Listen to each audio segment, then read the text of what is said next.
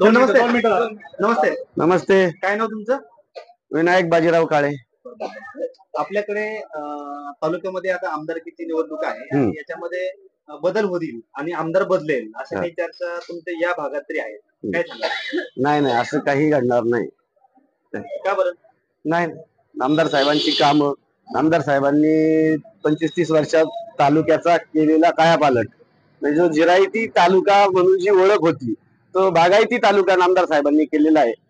त्याचे सर्व श्रेय हे नामदार साहेबांना आहे. त्यामुळे असं बदल हे सगळ्या काल्पनिक आहे, असं काही घडणार नाही. आता सुरेश भोर असतील, सुरेखाताई निगोट असतील, यांच्या सुद्धा तालुक्यात सगळे काम आहे. नाही असं काही नाही. सुरेश भोर असतील किंवा सुरेखाताई निगोट असतील, काय नाही. यांची म्हणजे साहेब कमीत कमी 50,000 निवडून येते. मग या भागात चर्चा कशामुळे आहे? सगळं चर्चा असतातच, त्याला काय चर्चेला काय, इलेक्शन आलं का चर्चा येतात होतात. खासदारकीला जो बदल दिसला तो खूप म्हणजे वेगळा दिसला एकदम अचानकच. त्याच्यामुळे असं वाटत नाही तुम्हाला की बदल होऊ शकेल? याच्या आधी पण खासदारकीला लोकांनी शिवाजीदादांना निवडून दिले ना.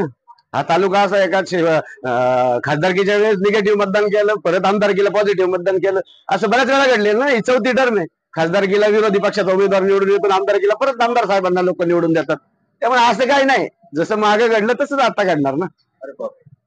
आता या भागात चर्चा कशामुळे पण एवढे मोठ्या म्हणजे आम्ही आता नेहमीच ऐकतोय की चर्चा आहे की बाबा आता आमदारकी नको होत आम्हाला. नाही असं काही नाही. चर्चा करणारे आपले काय ते थोडेफार मंडळी असतात, काय असं काय नाही. विकास कामांच्या बाबतीत काय सांगाल तुम्ही या भागात? भरपूर विकास काम आहेत, भरपूर. आता आमच्या काळेवाडी दरकेवाडी ग्रामपंचायत मध्ये आता तुम्ही स्टँडच्या पुढे गेले ना, 6 कोटी रुपयाचा रस्ता आहे सिमेंटचा, आता काम चालू आहे पाहुण्यातून.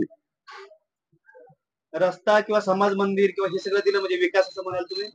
अहो, त्यांनी जिरायती भागायती केला म्हणजे आमचं जीवनमान उंचावलं ना.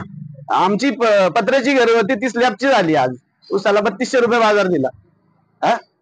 म्हणजे आमचं पण जीवनमान उंचावलं, नुसता रस्ता नाही केला त्यांनी. काय मग आता हे जे निकम वगैरे आहेत यांचं काम या भागात सक्रिय दिसते सध्या तरी, आणि चर्चा त्यांच्या नावाची पण आहे खूप मोठ्या असं. आता कसं आहे, कोणतरी समोर उमेदवार पाहिजे. देवदत्त निकम असू नाही तर सुरेश भाऊ असू, त्यांच्याबद्दल बोलणं आपण उचित नाही. पण काही नाही, साहेबांना काही अडचण येणार नाही. कमीत कमी 40,000 ते 50,000 रुपये 50,000 साहेब निवडून येतील यात शंका नाही.